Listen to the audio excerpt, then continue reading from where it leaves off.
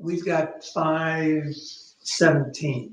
So I'm going to call the meeting to order, and we will do roll call to make certain we have the quorum, which we have.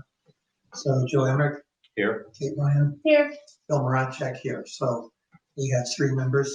Welcome to the Wednesday, January 10th, 2024 Personnel Board meeting. The meeting has been called to order. The first item is the approval of minutes. January 2nd, 2024, happened to be in the package. Any questions, comments, edits, or whatever? If not, I'll entertain a motion for approval. So moved. All right, and second? Second. All right, it's been moved and seconded for approval of the January 2nd, 2024 meeting. I'm going to do the roll call vote with Joe Emmerich. Yes. Yep. Kate Ryan. Yes. And Bill Maratchak. Yes.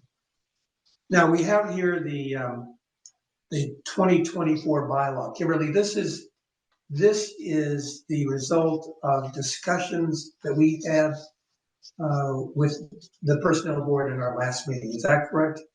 Yes, the one that is part of the minutes is what you voted on and approved at last meeting. So is there actually then any necessity to approve the bylaw again? Here's my question for you. When I forwarded what you all had produced to the attorney, which was the way I understood my responsibility, we wanted to make sure that. Mark, thanks.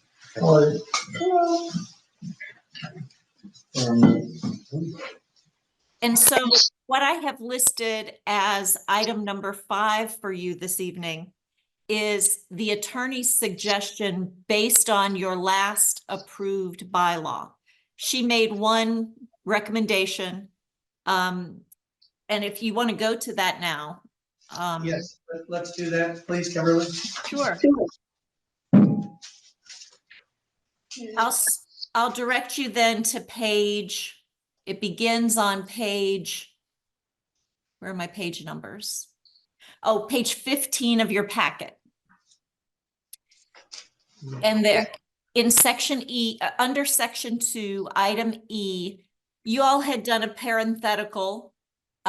In order to be fully transparent, you inserted not to be presented at town meeting. And the attorney said she understood what you meant and your desire to be transparent.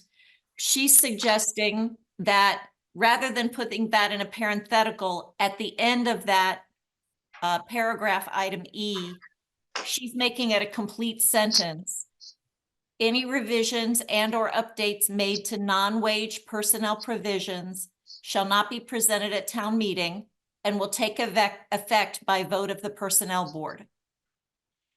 And she felt like her recommendation is for your discussion and decision was that would be clearer to the public that would be voting on this at town meeting. All right, I'm going to ask you, Kimberly, just to help me find, I have our material here. I'm just trying to. There's another, I think, draft. Yeah. There it is. Oh, this one, okay. And then I go to, here, okay. Thank you. Yep. So we're on section 2, letter E, if we're all together. Yes. And you see the strike through and then the addition at the end of section E. And that's her recommendation. Yeah, I thought that change was fine. It was more clear, so it kind of made your point, Bill, but more clearly for others who aren't kind of tuned in to expect what the change meant. Okay, I think I'm fine with. I'm good with it. Yeah, so am I. That makes sense.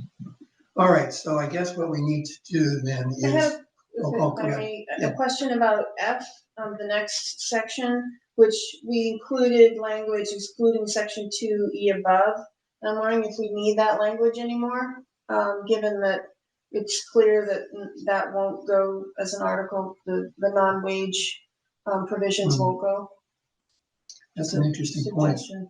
No, that's, I think we You- put it in there just to be extra clear, but I think. Yeah. It's not really needed. does everybody, Liz, did you follow that? Yeah, I did. I think it's fine. I'm not fussed either way on that. But I get what Kate's saying. You know, we did it for clarity. So we'll delete Yeah, that, just, that just phrase in the parentheses there. in the parentheses, yes.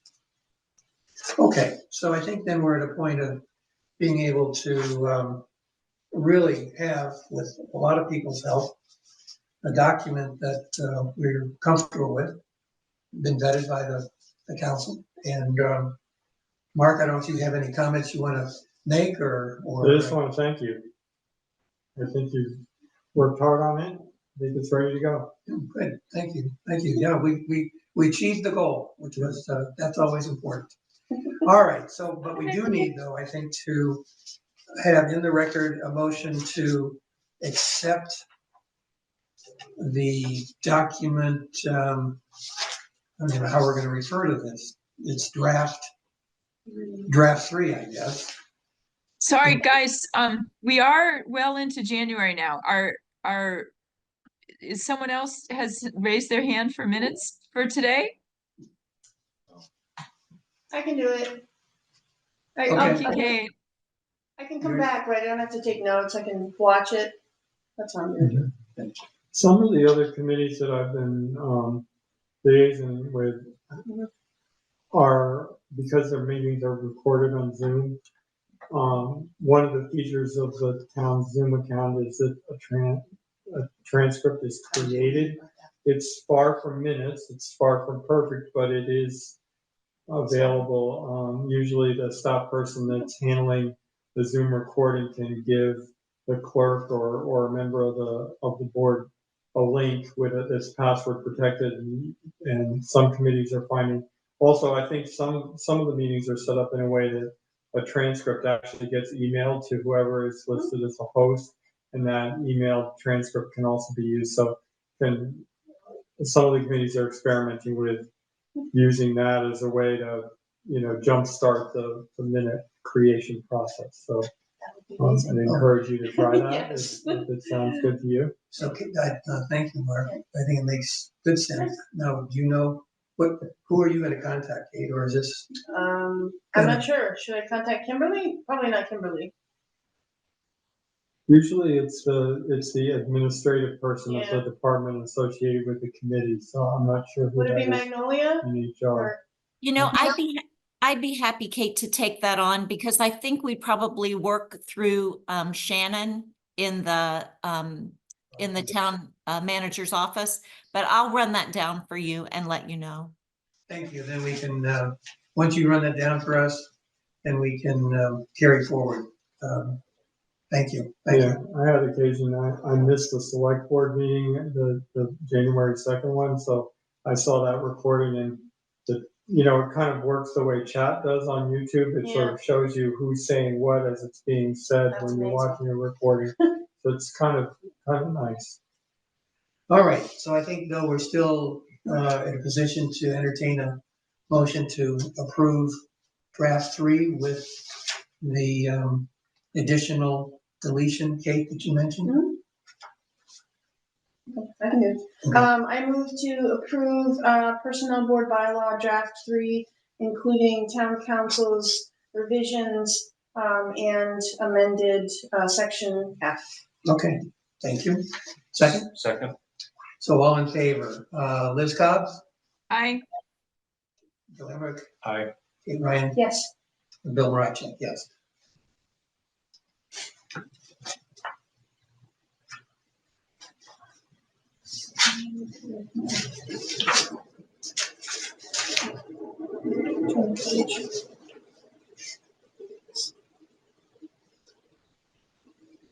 Okay, so now we're ready to move on to the interim human Resource Director's report.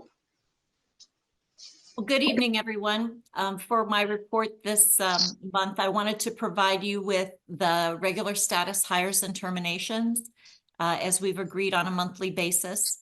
You'll see that for the year January through, this is the end of November, because remember our terminations lag by a month.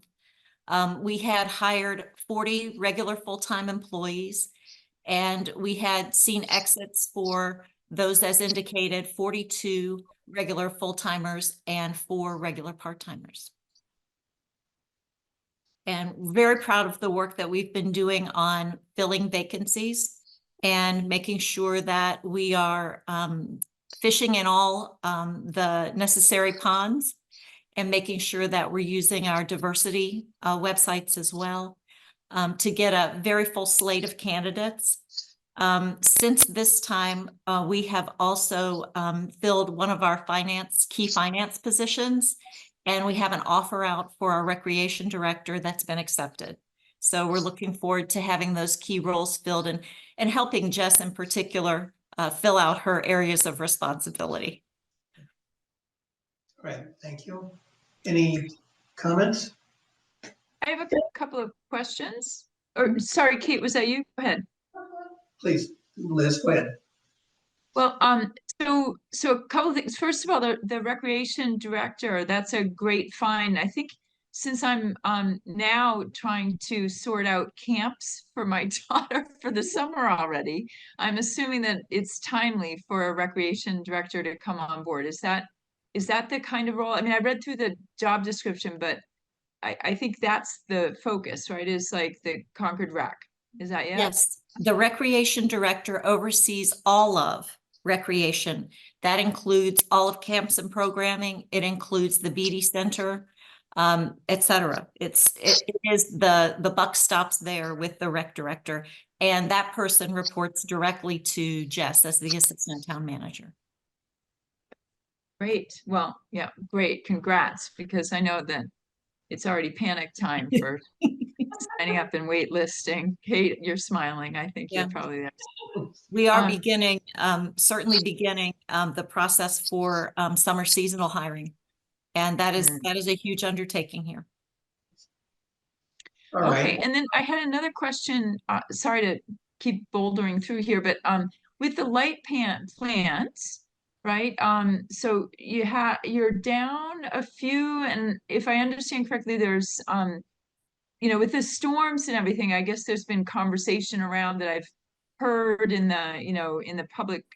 Well, honestly, I was at the Girl Scout cookie counter on outside Crosby. So a lot of folks were talking about, oh, with the storms and it's, you know, do we have enough snowplow people, and we have Yes. to bring people in from other towns, or even somebody said from Vermont. And I wonder if you could give us what's really true. Is I thought I'd come to you, Kimberly, to understand better what's going on with the light plant and the management there. Well, I can tell you 2 things. First of all, when you're talking about snow plowing, that is part of DPW. So that's part of your Department of Public Works. I was on the Friday call where all of town leadership did planning for the weekend storm. And Aaron McCloskey, who you all have met, he is the highway and ground superintendent that's in charge of plowing, maintenance, etc. He handled that call and did a beautiful job, as evidenced by even Carrie made a comment about it at SMT on Monday, how well organized the group was and how well informed everyone kept each other about their portions of responsibility for this first storm.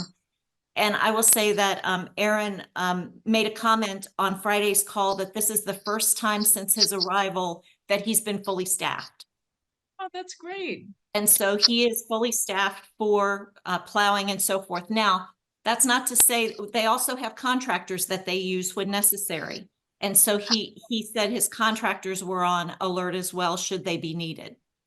Now, I've not spoken to him since, but my sense was that the weekend went well.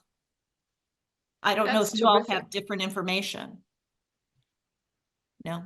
Okay. No, it was just people, you know, general talk, and I just thought, oh, maybe I should know better, Because now if we have another cookie booth outside Crosby's on Saturday, anybody's dying for Girl Scout cookies, but I can say, oh, don't you worry.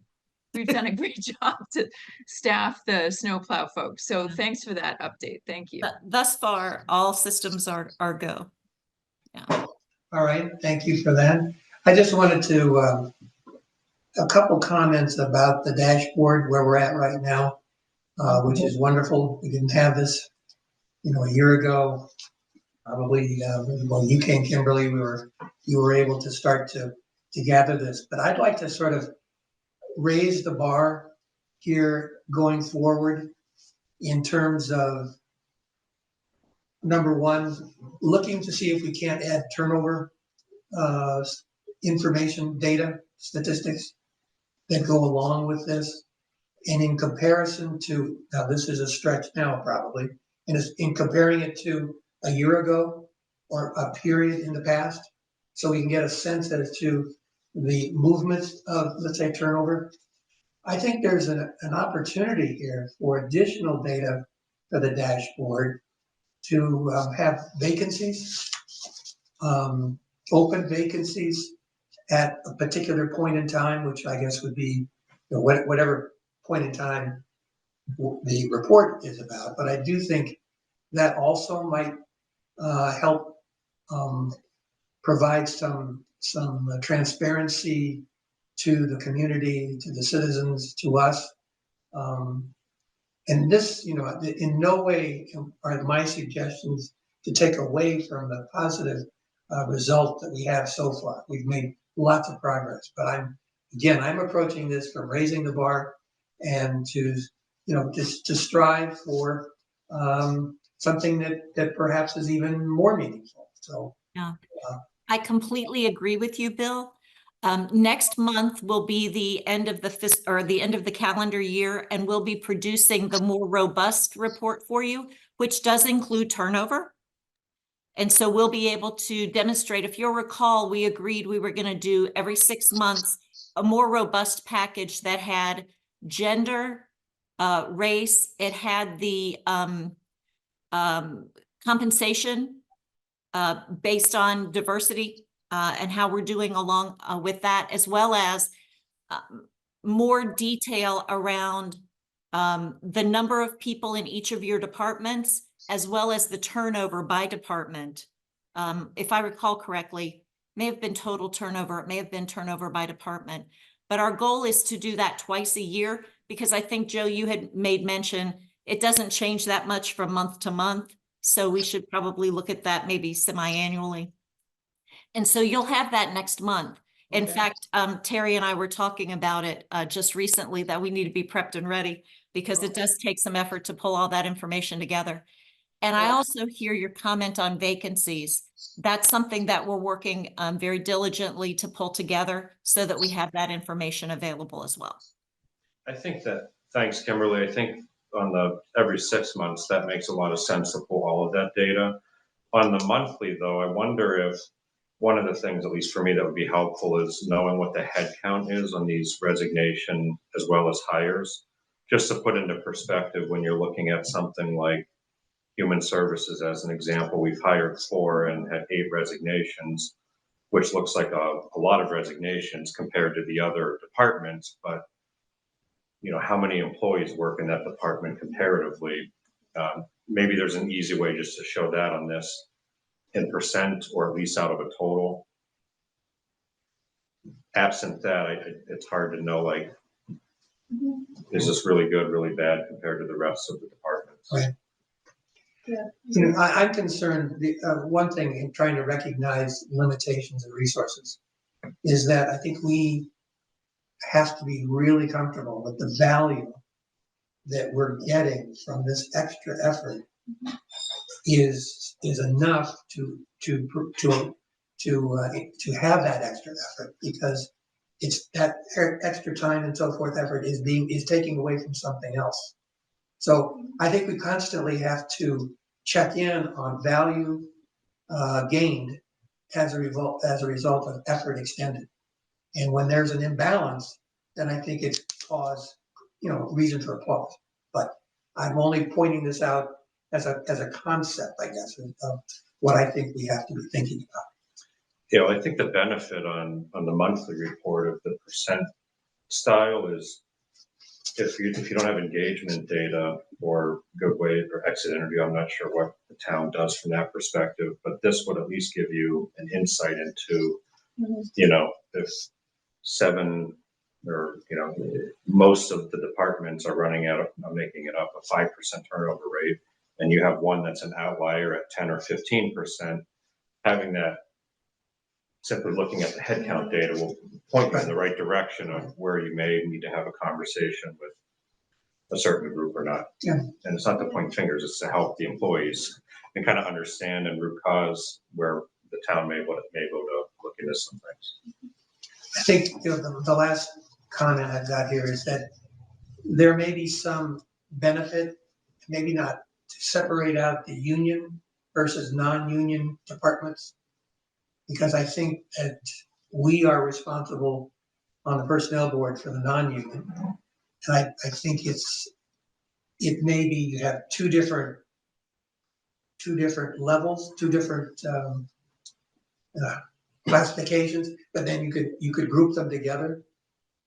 But if there's a high resignation, for instance, or high numbers in the police department, 6, then that's an important number to have, but I don't know if it's a number that we should be incorporating into what we're trying to do here is turnover.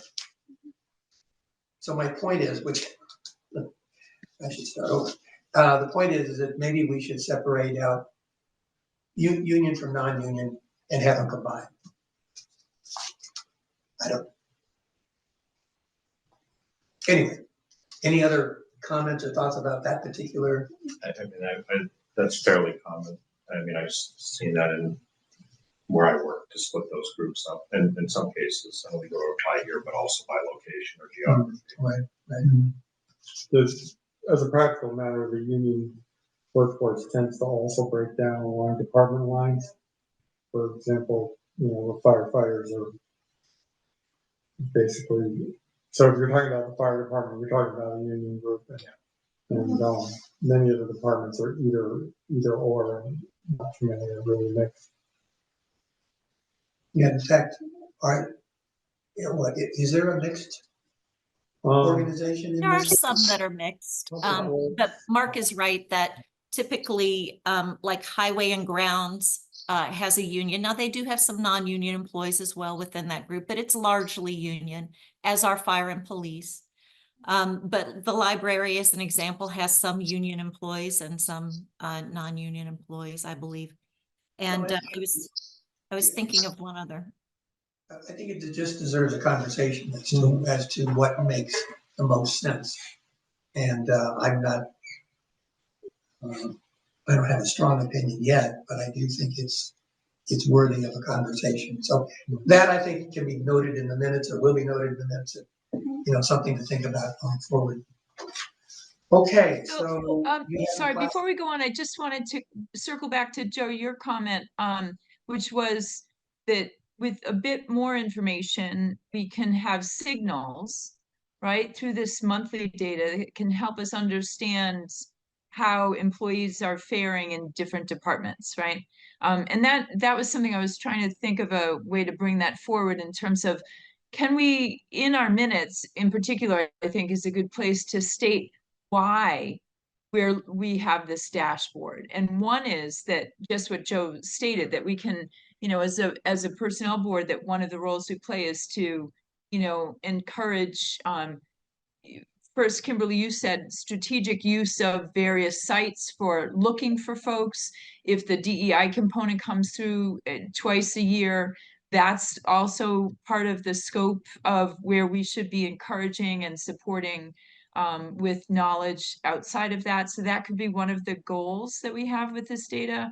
And then a second one is that the data gives us, you know, a sort of real-time review of the I don't, how do you say, like employee satisfaction, But it might be going too far to use that word satisfaction, right? So are there other things that when we started and we're thinking about needing this data, there were reasons for that?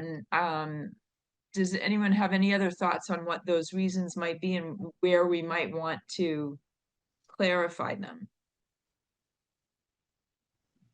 Yeah, I mean, I think you can learn a lot about departments or areas of the town that have abnormally high resignations. There's usually something going on there, at least from my experience in companies that I've worked at. I mean, there's a reason you have turnover, right? And in some cases, it's just indicative of the work and more manual labor or the job that's just not super fun for people to do. But in other cases, it could be some other indicator with the culture of a department. It could be something about leadership. It could be pay. It could be, different ways of incentives. So I think there's a number of things that you would look at, but this data, the way it's portrayed right now, to me anyway,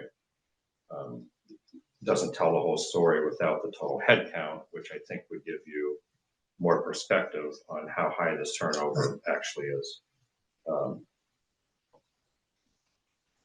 Okay, that's good. I think that's a good point. Good point. Liz, I was trying to recall some of the earlier conversations about the dashboard, but I think I'm don't recall anything specific other than that, we were taking on and very interested in the human resources capital in the town of Concord. And, we were trying to come up with tools that would give transparency, that would give visibility, that would give the personnel board an opportunity to delve into areas that it felt was meaningful. Again, that value versus time component has to always be considered. But those are my only thoughts as to what I remember. Yeah, I'm with you there, Bill. My memory's either shot or we covered it all with what you just summarized. So I can't confirm myself if we missed anything else. But I think it's a relevant discussion to have. So thanks to everyone and Kimberly and your leadership to pull it together, because understand, reminding ourselves why we're looking at this and what is then the value that we're supposed to contribute by analyzing the data, I think is really a helpful conversation. Yeah, we can keep it going. Thank you. We're going to move on, I think, Kimberly, to the classification actions. Yes, I have two before you tonight, since we just met last week. The recreation supervisor job description is before you this evening. You have approved this prior, but we found what I'm going to call a scrivener's error in it. For some reason, it was marked as non-exempt under the FLSA status, and that is incorrect. We have incumbents in this role that have been exempt all along, and so it was just an error on the job description. And so I wanted to put it before you tonight to correct that for the record. And we will be recruiting for one additional person, recreation supervisor in this role. And then second, I have before you tonight the administrative specialist for public works. This is a position that, with our combination of facilities into the public works area, this is a slot. A person had been promoted out of that role in facilities, and so we're creating this role to backfill. And they'll be helping both with facilities and with other parts of the department. It'll be a shared resource. All right, thank you. Any questions or comments? All right, I'll go ahead and entertain a motion for accepting these two classification actions. Make a motion to accept the recreation supervisor as well as the administrator specialist for public works, classifications as presented in the minutes. All right, thank you. Second, all right. Been moved and seconded. So I'm gonna have to give out, Liz, can you, yes or no? I'm in favor. Favor, Yes. all right. That's the right word. Joe? Yes. And Kate? Yes. And Bill, yes. All right. Thank you very much, Kimberly. I think we all recognize that this activity doesn't take place without people like yourself and others in your group, Kimberly, to bring forward material that we on the personnel board need to review and adopt. All right, so we're now at the discussion of the personnel bylaw. What, Kimberly, were you thinking about that we might want to cover at this juncture? No, the discussion of the personnel bylaw is the action that you took earlier. Okay. Forgive me for any confusion, but that was the attorney's suggested edits that you have moved and made one additional edit of your own. So I think you're prepared to move on to item 6. Okay. And Or five, oh, that was handbook and handbook outline and timeline, that's 6. not the version I'm looking at. but Oh, okay. So, I was looking at what was published online, maybe. oh yeah, I think you're right. I think that's exactly what happened. Yeah. So at our last meeting, we were talking about the benefit to the board, personnel board, as well as to the citizens in town, is to start the discussion about the handbook. This is a project which is going to become front and center. It's not already, I mean, it's already in sort of process. But an opportunity, Kimberly, for you just to share with us the thinking here on the handbook outline, timeline, and what are your thoughts about information sharing with the personnel board in the future? Yeah, thank you, Bill. I would be happy to share with you some thoughts, some initial thoughts on this. There are a number of things that are in the current bylaw that you have not carried over into the new bylaw purposefully, right? So there are a number of vacation policies, just as one example. And so I was talking with Carrie about, we only have a brief amount of time until this goes before town meeting, right, for approval. And every policy that's not being carried forward still has to be in place, right? And I was suggesting that maybe the easiest thing for us to do from a communication standpoint and from a transparency standpoint is to move everything that exists in the current bylaw that's not going into the new bylaw, to add that to the PPPs that we have today as they stand. So in other words, there's no shell game here. There's no smoke and mirrors. We're not changing anything at this point. We're moving everything as it is today over so that employees see very clearly that there's, no ulterior motive here with regard to their benefits as it relates to sick and annual and or vacation time, et cetera. And then obviously we have a lot of work to do. We have a number of union contracts as well as our policies for our regular full-time and regular part-times that we'd like to align. Another measure that I think we want to take into consideration as we're considering these payroll type policies is we have a great desire to move toward an integrated, if you will, enterprise resource planning solution where the town has already purchased Munis, some of the modules of Munis for its accounting system. There is a big desire to have the human resources, the HRIS system, align with that. It will make things so much more direct and simple from an automation standpoint. Right now, we're using a lot of manual processes for our timekeeping that can be automated in an ERP solution. So that being one of our intended goals as well, it's going to be important for us to align these policies so that when we move into the new system, it's seamless and it will make things much more simple. And so that is a primary concern, because those policies have to be cared for before town meeting. They have to be in place for people to feel comfortable that they know exactly what they're getting. And then from we have quite a bit of work to do to go through. I was reviewing not only the PPPs, which would obviously be part of the handbook, but we have 65.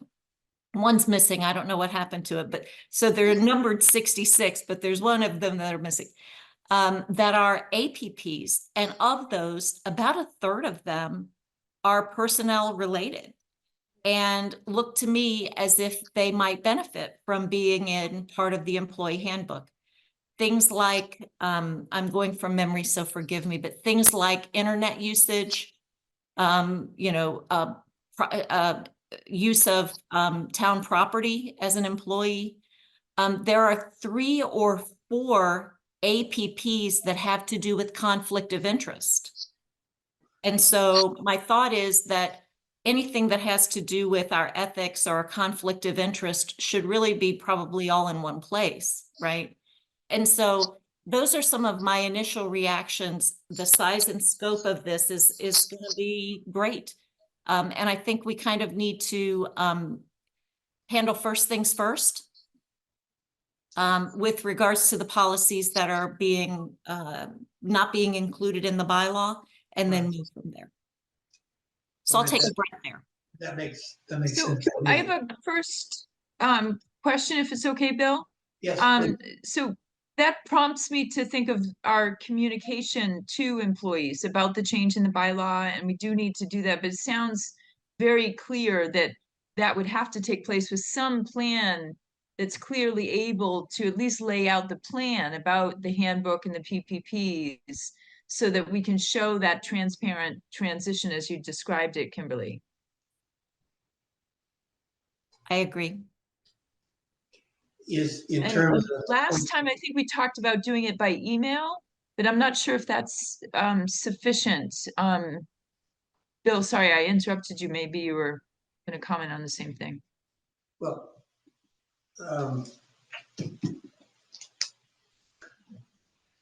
good. Why don't you keep going, because the thought just at my age, I get 2 thoughts. That's it. It's okay, it's January. Oh, my birthday's coming. That's the problem. Well, honestly, I don't have another thought myself. So it was really, how are we going to communicate with employees? And remember, Jess recommended that we might do it by email. And that might be the foundational approach. But given that there is a lot of change, if we're also then saying we're not, we won't be ready with 65 or 6 PPPs by town meeting. Right. So we have to give some way for a back and forth to clarify what's gone from bylaw isn't disappeared, hasn't disappeared or something. So I just am concerned that we do that. And honestly, I'd forgotten, because we didn't put it on the agenda this time either, right? To talk about that communication plan, but it's probably an important factor. Kimberly, is it reasonable to ask you to develop a written plan in regards to this communication with the communication to employees that we have a responsibility to do, and with a plan of how's this going to be accomplished, and some rough timeline? Is that a reasonable? Do you think that's reasonable? Well, I think it absolutely has to be done, right? So absolutely, I think it's reasonable. And I'll work with Jess to ensure that we have a draft that we can talk through.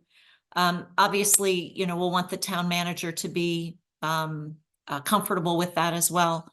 And then, you all have I think, the bylaw is your responsibility, right? And so this is an outgrowth of that, Yes. that we have as a common goal. And so I'm happy to work on that for our next meeting. Good. Thank you. Are the APPs online? Yes. Yes, if you go to the HR page, the Human Resources page, on the left-hand side, one of the choices is policies. And when you go to the policies page, there's a click through, the PPPs are listed on that page, and there's a click through at the top, I believe, for the APPs. Kimberly, do you know, is there still a subset of those that are kind of hidden behind like the employee-only portal side of the website? There used to be some subset that were not kind of available to the public. I don't know whether that's changed. You know, Mark, I don't know the answer to that, but let me rephrase your question, because you've thrown me a little bit of a curveball there. When I go to the HR page, there are a number of PPP numbers that are missing. Yeah, And it never occurred to me that they might be somewhere else.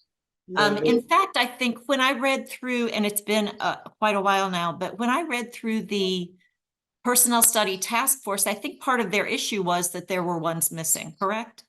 yeah.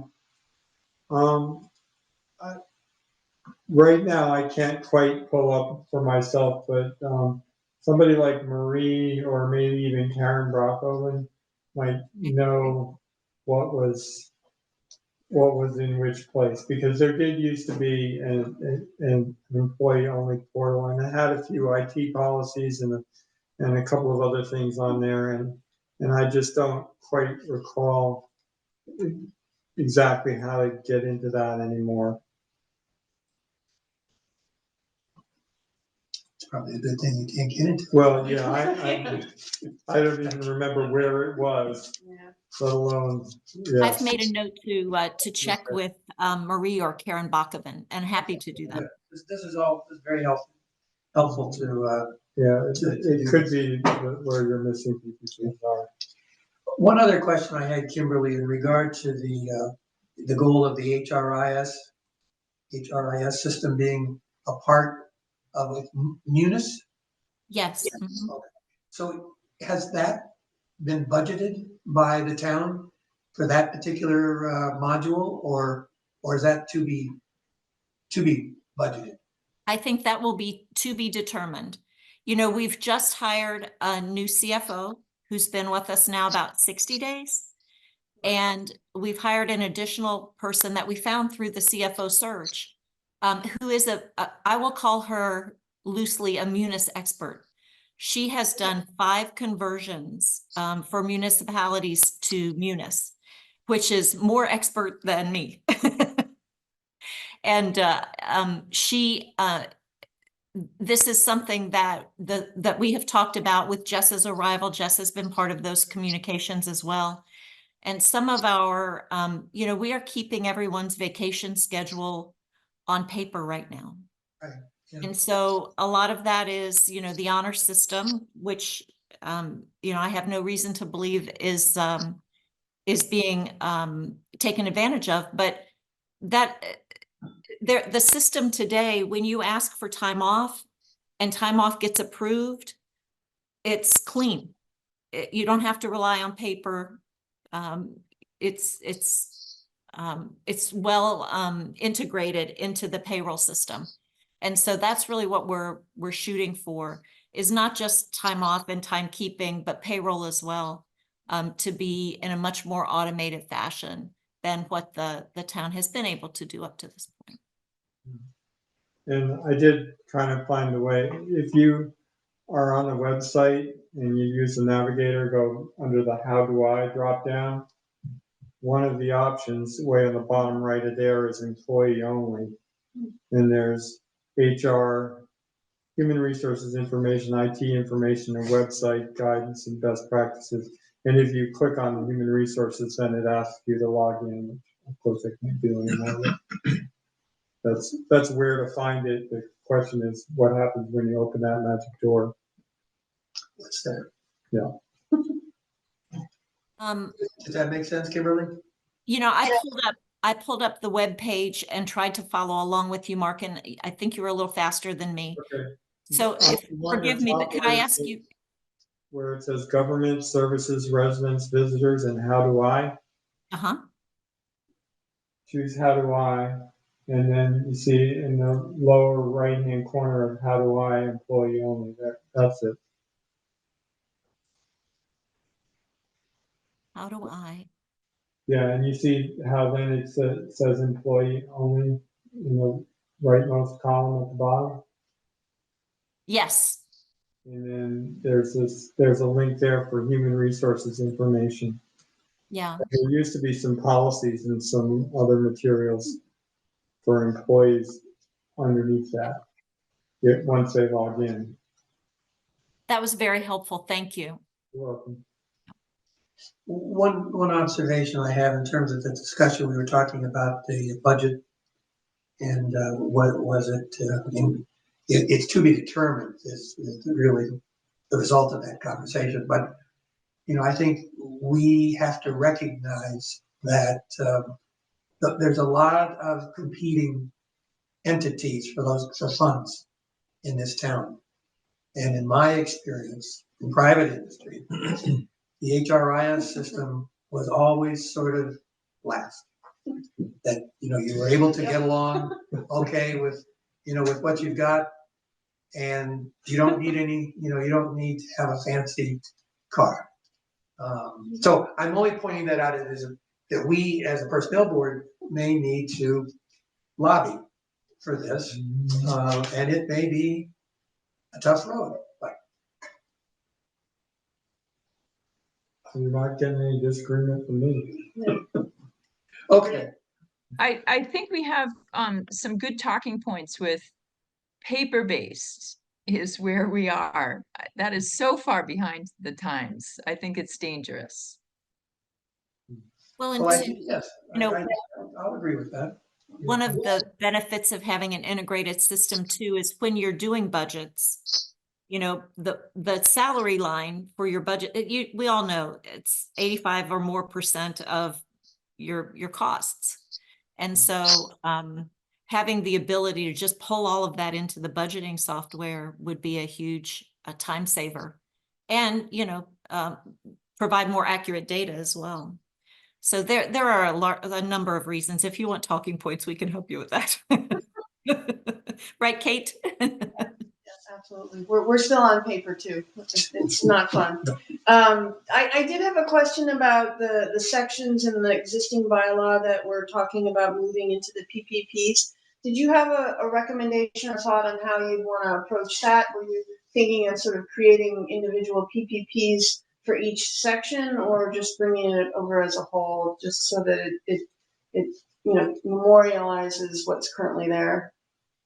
We haven't had that detailed a conversation, but at a minimum, it seems like all of the leave policies could be brought over together.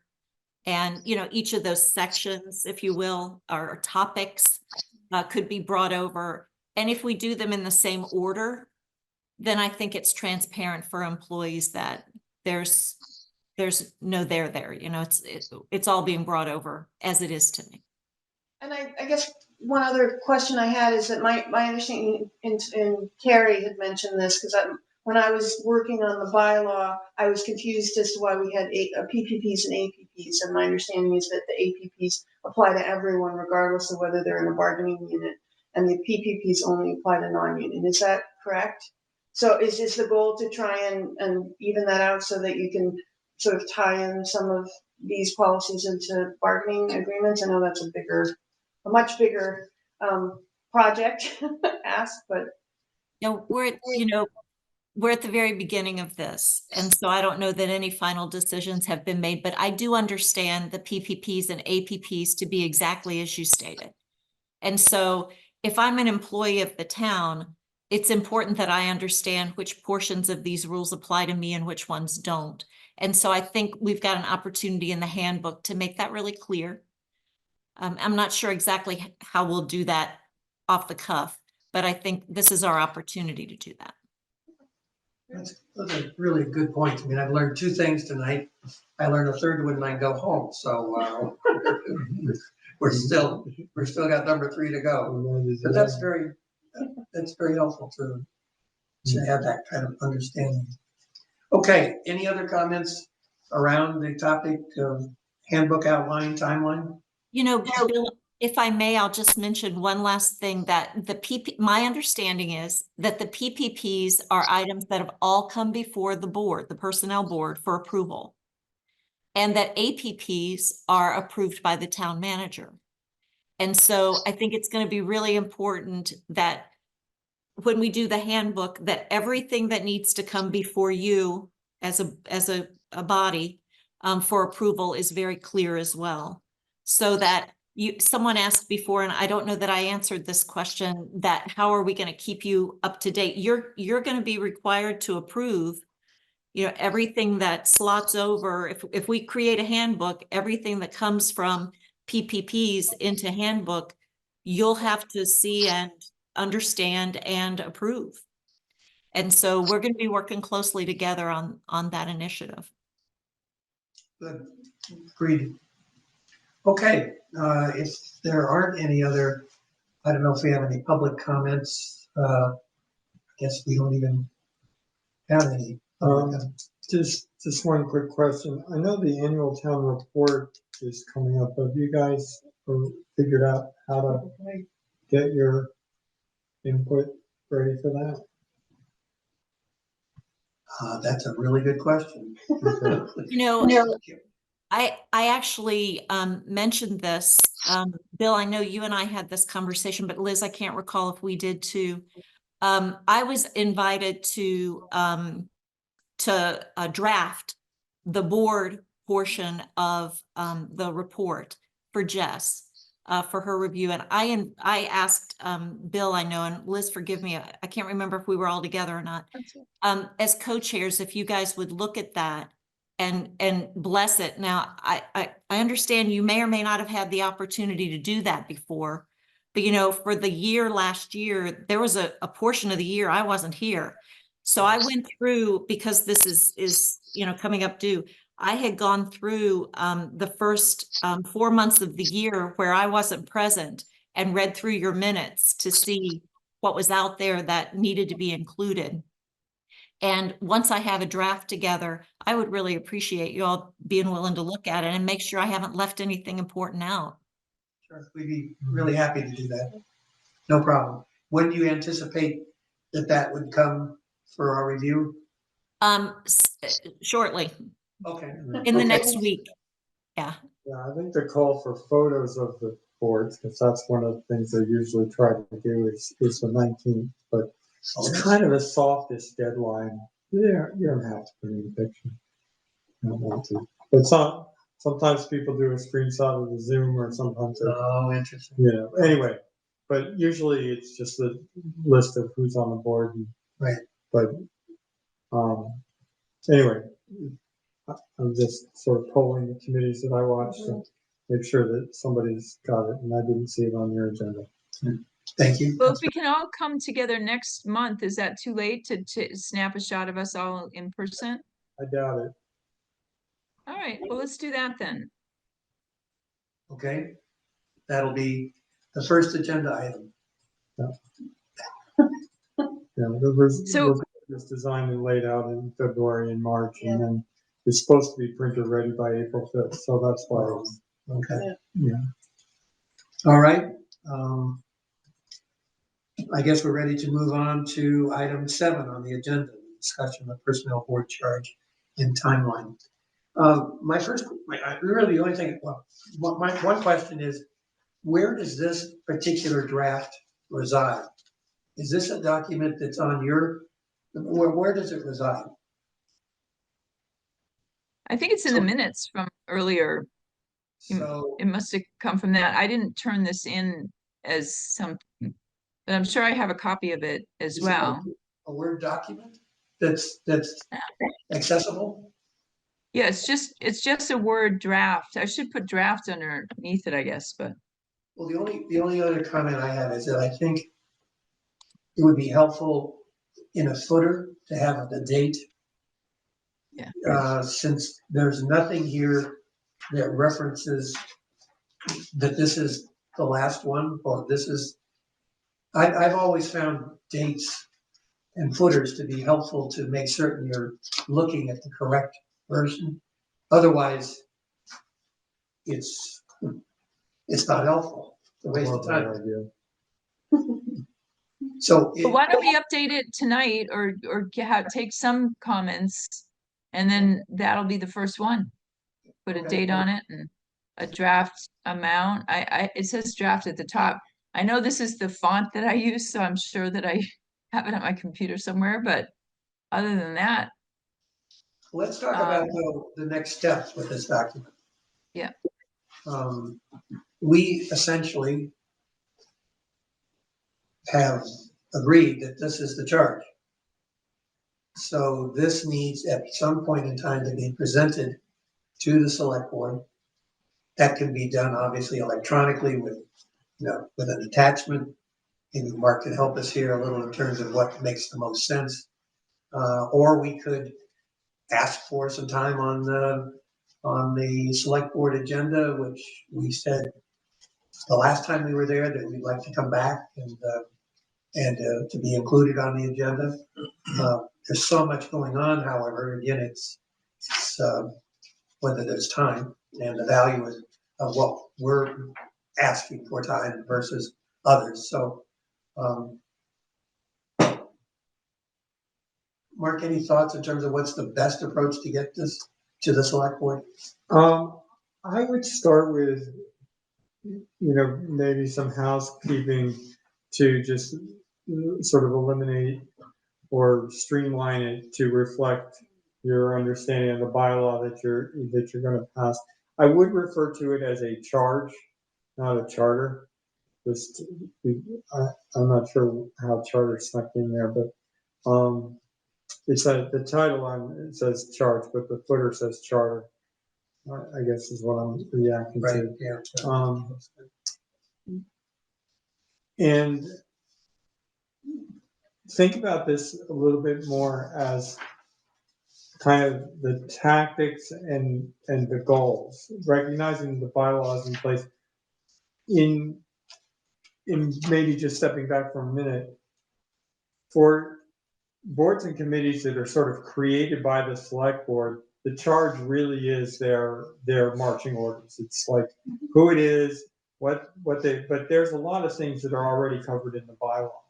So I would think of this much more as kind of a memo of understanding between the select board and the personnel board about what the personnel board is up to.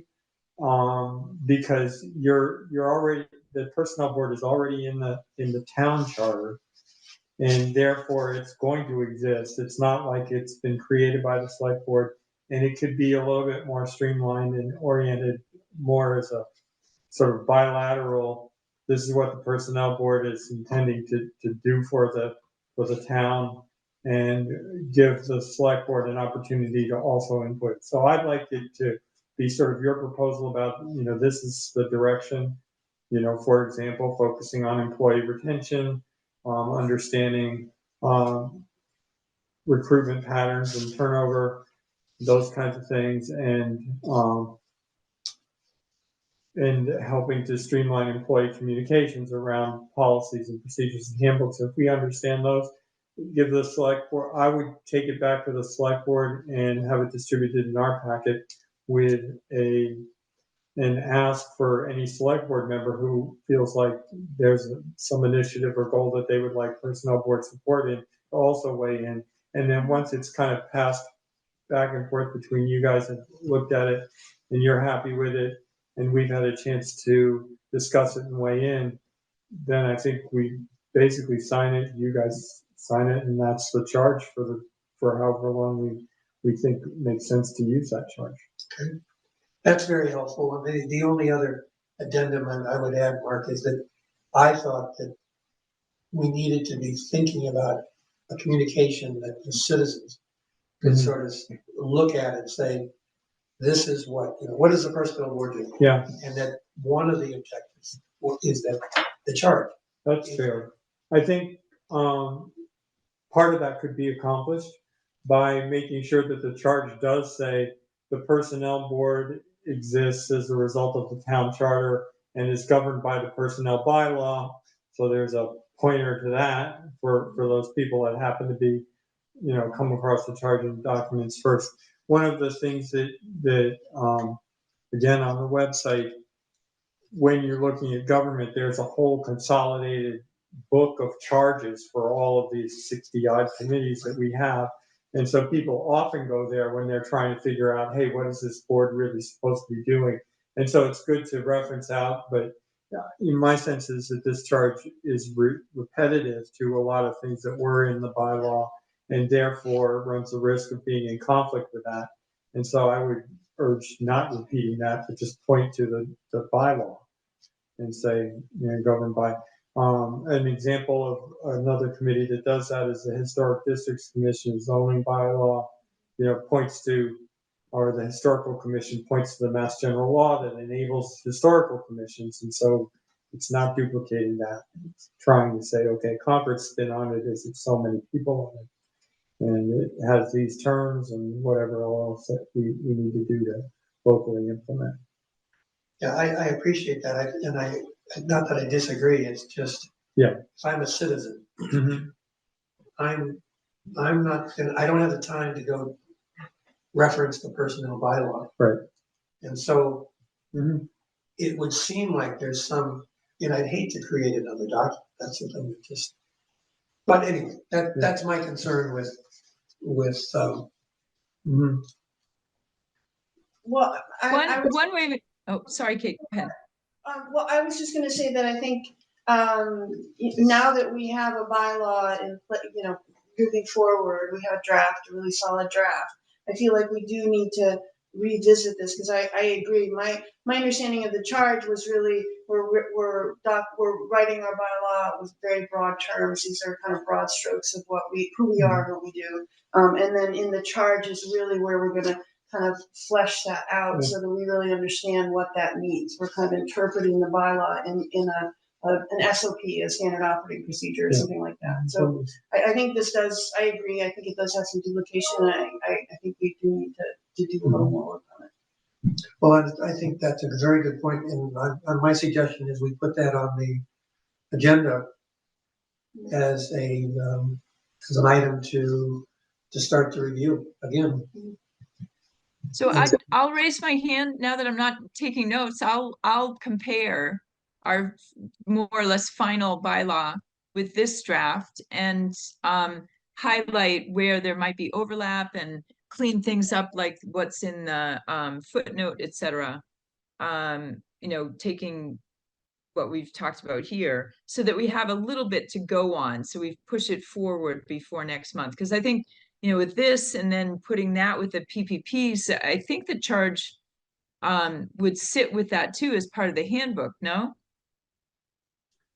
And that way, Reduction. yeah. And then Bill, you said earlier, like, I don't want to, have, I fully understand one-stop shop, so employees, if they're looking for something, but if we reference the bylaw, an easy thing now to do is just put a hyperlink.